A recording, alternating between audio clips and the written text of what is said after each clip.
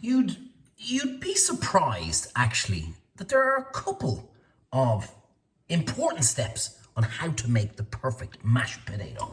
Obviously, the first one is the potato that you actually use. And I'm using, I'm going to tilt this down just a little bit. I'm using, for today, Rooster. That's what I got. Now, I just peel it with an old paring knife myself. It's much quicker, probably slightly a bit more waste on it, to be perfectly honest. We use the peelers in the restaurant, but I just want to do it nice and fast here today. So I peel it. It's very good, actually. Practice for your knife skills for how to turn veg. I must do actually a section on that coming up to Christmas maybe, on how to do your turned veg. So what you get then is a lovely shape on your potato. Any kind of little black, can you see that? Any kind of little black bits and stuff like that, get rid of them because you want the mashed potato to be perfectly white. That's it. Into my pot, let me just bring it down here a little bit, okay? I have them already done here, but this I'm going to cut right down in half so that they're all the same size. Look at the way they're all pretty much same size, same thickness. The reason being is quite obvious, because you want them to cook at the exact same time. And that's, I know it sounds logical, but a lot of people just kind of peel the big potato, peel the small potato, bang them in, and then they wonder why the potatoes go to mush. Some of them have gone to mush, they're already, you can't do much with them, and some of them just are barely even cooked. And that's why, you want them all the same size. Simple, but very important. Next, here's what we do. You want to rinse out the starch, the initial starch that's in it. So it's very simple. I'm just going to, can you see it? You don't need to see me pouring water into a pot, do you? I'm just going to wash the spuds 10 seconds, not even much like that. And you're getting that initial waxy starch out from the initial peel of the potato. Again, simple little step, but important. So I just, very simple, mix all the spuds around, empty it out. And how do I know it's done? Well, because the water in my pot is clean, it's clear. If it's still cloudy, empty it out again and do it again. You want to cook it with clean, fresh water. Get rid of that little bit of starch. It makes your mash a little bit gloopy, if that makes sense. So one more, I'm going to give it one more little rinse. And then I shall, that is perfect. Now another really, really important step. Hang on a second, I'll wait till I finish this and I'll come over to you. Done. These are simple little steps, right? And again, the way I always cook, I'm getting this done in advance. Saves me all the hassle. I can bang it in the microwave, I can bang it in the oven, but I've done all the hassle. It's great practice for dinner parties, great practice for, say, Christmas dinner and all that kind of stuff. So you have all this hassle done. So again, right? Really, really simple. Make sure all the potato is covered, so you don't have a bit of potato sticking out. So you want it completely submerged in water. Here's the big thing, and we'll come back to that now in a sec. Once this water gets to boiling, I turn it down to a gentle simmer, because, logic behind it, if it's rapidly boiling, the problem is you will cook the crap out of the outside of the potato, that turns to mush, and then the inside of it is still kind of, it's not 100% cooked. But if we drop the temperature and cook it slowly, the potatoes cook perfectly. That's it. I'll come back to it when it's boiling, drop it down to a simmer so you see exactly what I'm talking about. We're making perfect mashed potato here. This is a big deal. This is a real big deal. It's probably the most important video I'll ever do. Perfect mashed potato. Think about it. We are about to get to the boil of my potatoes, but that's the perfect, see the way it's kind of like, we call it like a rolling simmer. That's pretty much exactly where I want my spuds. So I'm going to turn that down from 6 to about 4, just a little bit more than medium. And so that means it's not going to boil any more vigorously than that. That way my potato stays intact, cooks nice and soft throughout. You'd be amazed at the difference in the texture of your mashed potato. I'm telling you, it's a huge, huge difference. Simmer that out till they're cooked, till they're nice and tender, and then we're going to strain and dry them. Yes, dry them. I'm going to show you what I mean in a couple of seconds. Our spuds, look at them. Can you see? Are good. I've already poked them with a knife, and now they are good. Here's how we dry them. Can you see the sink? Yes, you can. Just an old sieve colander, whatever you want to call it. And lovely. Here is what is crucial. I'm going to bring them here so you can see what I'm doing. We must let them steam dry. Get all the liquid out there. I'm going to show you that so you can see what I'm doing. You see? You must let them steam dry. Even if you want, look, you can get a free facial. See? Free facial while you're cooking. You must let them steam dry. The reason being, let me turn off my hob. The reason being is very, very simple. It's the texture. So if I start mashing them straight away, again, they get very gloopy. You can see them drying away there. They get very gloopy. Okay, so I want the moisture out. So I'm left with a lovely, floury, dried potato. And then I'm going to make my cream and butter and all that kind of stuff. And I'm going to show you one thing. I always say about gadgets are crap. But if you want to make the perfect mashed potato, you need to get what's known as a potato ricer.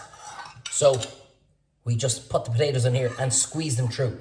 That way you have absolutely zero lumps. You can do what Granny used to do and just mash the hell out of them and keep mashing. But that's way too much work. I don't know, they're about 20 quid, 25 quid. I can't remember how much I paid for that. They're brilliant if you want to make the perfect mashed potato. I'm going to let that dry. We're going to make our cream and butter, and then we're going to put it all together.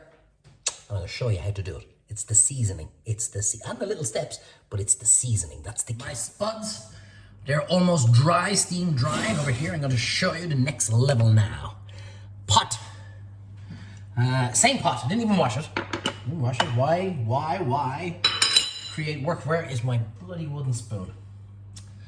Where did I put my wooden spoon? I should really have all these things organized.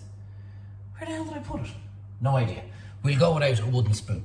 There's no point giving yourself work, so why bother washing the pot? Big knob of butter, followed by another big knob of butter. Beautiful. I love butter. Butter is just delicious. Use the proper stuff. None of this low-fat, spready muck. Use proper butter. What have I got in this? 250 mils of cream. That's what I picked up. I might need to add a little bit of milk. We'll see as we go along. But I should add in my cream. I've just put that on 1, so I'm barely melting. You can see the butter melty away. I'm going to throw all the cream in. Now, here is the logic to my madness. You know me now. I'm still looking for my bloody wooden spoon in my head. And I have no idea where the hell I put it. Anyway, here's the logic to my madness. We season the cream and the butter for the simple reason is that if I put in my cream and butter and then mash my potato and then season it, you will find a big lump of salt or a big lump of pepper or whatever in on the mash. So when we season the cream like this and then mix the mashed potato into it, everything gets seasoned perfectly. Don't get upset with the amount of salt. It's about 7 or 8 portions in there at least. So 2 big pinches of my rock salt. Aromat, I love it. Good shaky of the aromat. About, I don't know, good shaky. You can see what's going in there. You can buy this in any supermarket. It's probably about half a teaspoon. We will season to adjust at the end, but we will double check. Plenty of pepper. And you might be surprised at what I'm putting in next is freshly grated nutmeg. It is delicious, absolutely delicious in mashed potato. If you've never had nutmeg in your mashed potato before and you try it now, there's a lot of pepper gone in there, you will only ever have mash with freshly ground nutmeg. So you see, can you see my nutmeg? That's half a nutmeg there, right? So don't get the powdered stuff. It's not the same flavor. It's not as good. Get the whole nutmeg, the whole nut, and then just grate it in. And pretty much the same amount as your aromat or the same amount as your pepper. Plenty of it. Everybody asks, why does my food never taste like restaurant food? I saw them on the telly and I saw them do this and I saw them do that. And it's your seasoning that keeps letting you down. That's pretty much it. Your seasoning. You're afraid to put in more than what you think you should put in. You take a tiny little pinch of salt. No, because all these clowns are saying, oh, too much salt will kill you. It probably will. But it's when you're eating your processed food that all that crap salt is in it. Good salt, proper flake rock salt is perfect. Don't quote me on that now, don't quote me, but you know what I mean, So when you say too much salt will kill you, is when you're putting muck salt into your diet all the time. And you're afraid, I put a tiny pinch of salt into mashed potato for 10 people. Why does it taste nice? You didn't put enough salt into it because they have you brainwashed. Too much salt is bad for you. But then these same guys will sell you their muck in their supermarkets laced full of salt. You see? You see? I'm telling you, you're here for the fun and the crack, not just the food. It'd be helpful if I showed you what I was doing. My spuds are perfectly dry. This is melting, and it's going to continue to melt away as I add in my hot spuds. Potato ricer. 1, 2 at a time, we'll see. Just want to show you how easy it is. Close it down. Can you see that going through? Look at that. You can tell already that this is going to be amazing. You can smell the nutmeg now. Look at that. I'll throw in another 2. And now I'm going to finish all those ones. Look how easy they're going through. See? Because they're nice and dry and they're nice and fluffy. And I've given you all these tiny little steps on how to make perfect mashed potato. 2 seconds. I'm going to squeeze all them through. And then we shall be back. Guess what miraculously showed up? My wooden spoon. And you know what? It was right freaking in front of me all the time. Sometimes I'm such a knob. So, get the last few bits of spud into the thing. This is hot, hot, hot there at the end. All the little bits. And we squeeze, squeeze, squeeze through. Do not overfill your ricer. It will break on you. Take your time. Relax on it. And that way you'll have it for a much longer time. I'm going to get my last driggly bits because you know me, I absolutely hate waste. Push it through. Look at that, beautiful. Don't worry, it looks like a huge amount. It's all about to be folded into my creamy buttery mixture.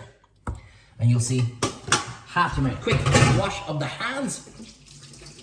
And a quick little wipe of the table here. Clean, clean, clean. Always clean, clean, clean as you go along, lads. Trust me, it saves you hours and back-breaking cleaning when you clean as you go along. Now, do I need a little bit of milk? We shall see in 2 seconds. Can you see into my pot? Drop it down a bit more. There we go. I'm not going to lie to you, lads, but I have eaten half that brisket already. The cool bit. I whacked it under the grill. I actually should have shown you me putting it under the grill. The flavor is just insane. And here is my mashed potato. Again, remember what I'm saying. Christmas Day, Easter Sunday, whatever, when you're doing a house party or entertaining, have all this done. This is all done the day before, because that way you just bang it in the microwave. I can turn off my heat now because I don't want to cook out my potatoes anymore. Put it into your little tray or into your little dish, plastic container if you want to microwave it.